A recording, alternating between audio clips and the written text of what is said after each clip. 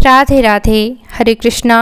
मैं हूँ आपके साथ प्रियंका तिवारी और आज के इस वीडियो में आपको वट सावित्री व्रत की पूजा विधि करके दिखाने जा रही हूँ। तो चाहे आप घर पर पूजा करें या फिर वट वृक्ष के पास जाकर, दोनों की समान ही पूजा विधि रहेगी। सबसे पहले आप गंगा जल से या फिर शुद्ध जल से धरती पर छींटे डालकर धरती पवित्र कर लीजिएगा या फिर लीप लीजिएगा। और फिर जैसे कि शादी के वस्त्र पहन करके जो है पूजा की जाती है, चुनरी वगैरह तो हमें ओढ़नी ही चाहिए शादी की।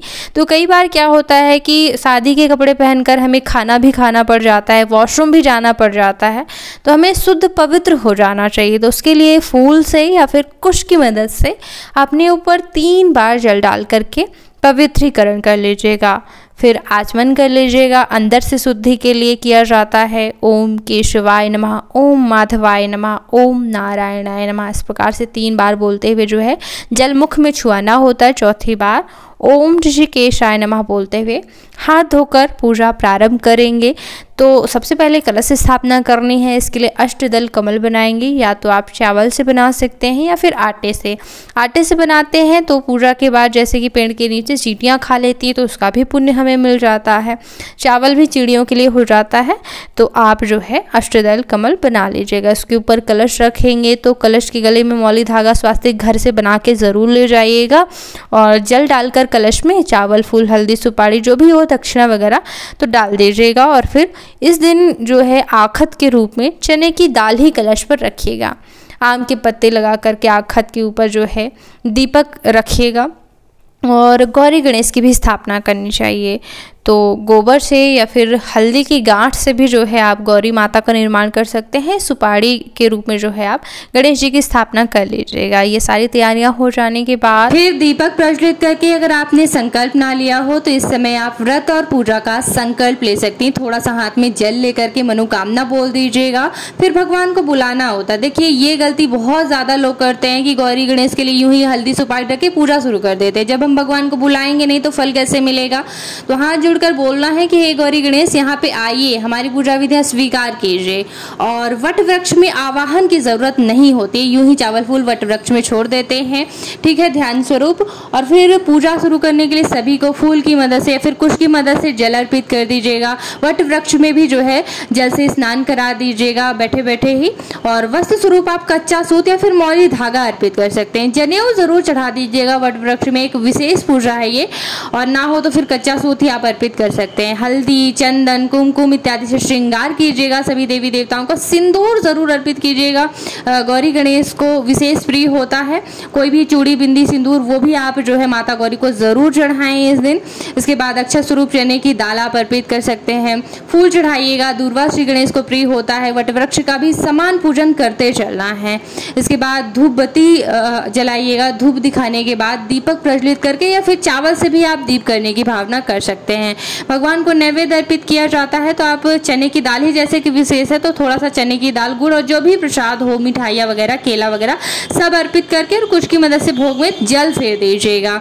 ये पूजन वट वृक्ष में भी करना है। मुख्य पूजन 12 पत्तों पर किया जाता है तो 12 पत्ते सबसे पहले बिछाइएगा और उन पर आवाहन स्वरूप जो है हम चने की दाल जो है प्रार्थना करके, जैसे कि भोलेनाथ के साथ माता पार्वती, ब्रह्मा, सावित्री, लक्ष्मी नारायण का पूजन सभी का होता है, कई देवी देवताओं का, इन 12 पत्तों पर ही करते हैं। चावल फूल छोड़ने के बाद थोड़ा सा जल अर्पित कर दिया, हल्दी चंदन से टिक पूज दिया और जो है इसके बाद फूल वगैरह चढ़ा करके पूरा 12 भोग, जैसे कि 12 गुलगुले हम बनाते हैं, पूड़ियाँ, चने की दाल, सभी 12 पत्तों पर रखना है और पूरा इन 12 पत्तों पर पूजन करना है।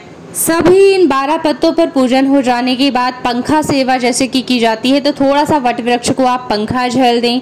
पंखे के ऊपर जो भी फल फूल आप दान करना चाहते हैं वो आप भगवान को अर्पित कर सकते हैं। पंखे के ऊपर रख करके थोड़ा सा जो है पैर दबाने की भावना की जाती है। ये सभी सेवाएं आपको वट वृक्ष की कर देनी है। इसके बाद जो एक विशेष विधि होती है कि धागा बांधा जाता है। एक 12 परत धागा बना लीजिएगा, उसमें 12 गठाने लगाई जाती हैं। ध्यान दीजिएगा, चाहे जैसा भी धागा हो आपका, उसमें 12 गठाने आपको जरूर लगानी है और फिर जो है वट वृक्ष के पास अर्पित कर देना है। इस धागे का भी पूजन हो जाएगा। हल्दी, चंदन, कुमकुम इत्यादि से जो है पुष्प चढ़ा करके थोड़ा सा धागे का भी पूजन कर दिया, भगवान के पास चढ़ा दिया। ये धागा सिद्ध हो जाता है। बाद में हमें हाथ में बांधना होता है। धागा चढ़ाने के बाद अब हम परिक्रमा करेंगे। हाथ में 12 चने की दाल गिन लीजिएगा, क्योंकि 12 बार परिक्रमा हमारे क्षेत्र में की जाती है। आप चाहें तो 7 परिक्रमाएं भी कर सकते हैं। तो चने की दाल हम एक एक अर्पित करते जाएंगे, परिक्रमा एक एक हमारी गिनती भी होती जाएगी।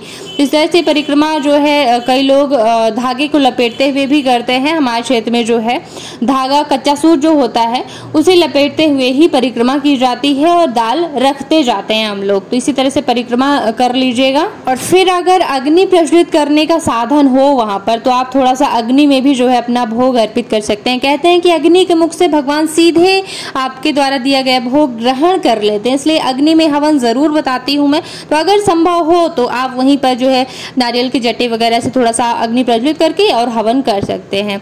जो भी देवी देवताओं का नाम आपको मन में याद आए, गौरी शंकर नमः शिवाय, या फिर श्री गणेशाय स्वाहा, महालक्ष्मी स्वाहा, विष्णुवे नमः स्वाहा, तो सभी देवी देवताओं के नाम की आपको आहुति दे देनी है। जल फिला करके जो है हवन संपूर्ण कर लेना है।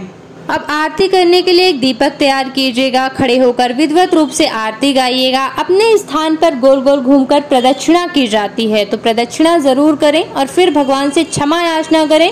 जाने अनजाने कोई भी गलती हो गई है व्रत या पूजा में, तो भगवान उनके लिए आपको क्षमा करें। इसके बाद जो है आपको विशेष विधियां जो होती हैं सुहाग लेने की, तो आप माता गौरी को सिंदूर लगाएं और उनसे सुहाग लें। भगवान जो भी और भी हम माताओं की पूजा करते हैं, सावित्री देवी की, तो उनसे भी आप जो है सुहाग लेने की विधि जरूर करें। एक एक चूड़ी पहन लें दोनों हाथों में, और फिर जो हमने धागा चढ़ाया होता है उसको हम प्रणाम करके और किसी दूसरी महिला से बंधवा लेते हैं अपने हाथ में, तो वो धागा आप जरूर बांध लीजिएगा। ये सभी विधियां हो जाने के बाद अब जो है व्रत खोलने की विशेष विधि करनी होती है वट वृक्ष के नीचे। उसके लिए वट वृक्ष का एक फल चाहिए होता है, छोटा सा होता है। उस फल को आप तोड़ लीजिएगा। उसके 12 टुकड़े किए जाते हैं। हाथ में 12 टुकड़े रख करके 12 चने की दाल भी रखी जाती है। इन्हें एक साथ पानी के साथ निगला जाता है। तो आप वट वृक्ष का फल और 12 टुकड़े करके चने की दाल, तो ये सभी चीजें एक साथ रख करके और एक साथ पानी से निगल लें। यहीं पर व्रत खोलने की विधि करनी होती है।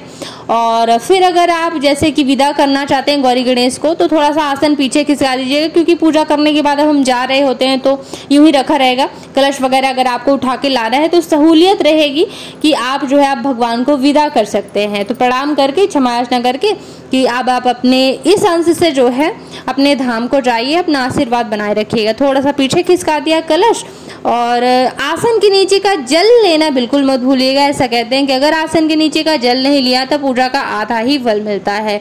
तो आसन के नीचे का जल जरूर लेना है। और इस तरह से आपकी पूजा विधि पूरी होती है, क्योंकि आसन के नीचे का जल लेना जरूरी होता है। इस तरह से आपकी पूजा विधियां पूरी होती हैं। मैंने व्रत कथा का भी वीडियो दिया हुआ है, जिसमें मैंने स्क्रीन पे पूजा दिखाई है और कथा सुनाई है। तो आप जो है उस वीडियो को प्ले करके कथा भी सुन सकते हैं और पूजा भी देख सकते हैं साथ ही साथ। तो जरूर मेरे चैनल पे एक बार आइएगा। और इस वीडियो को देखने के लिए बहुत बहुत धन्यवाद। राधे राधे।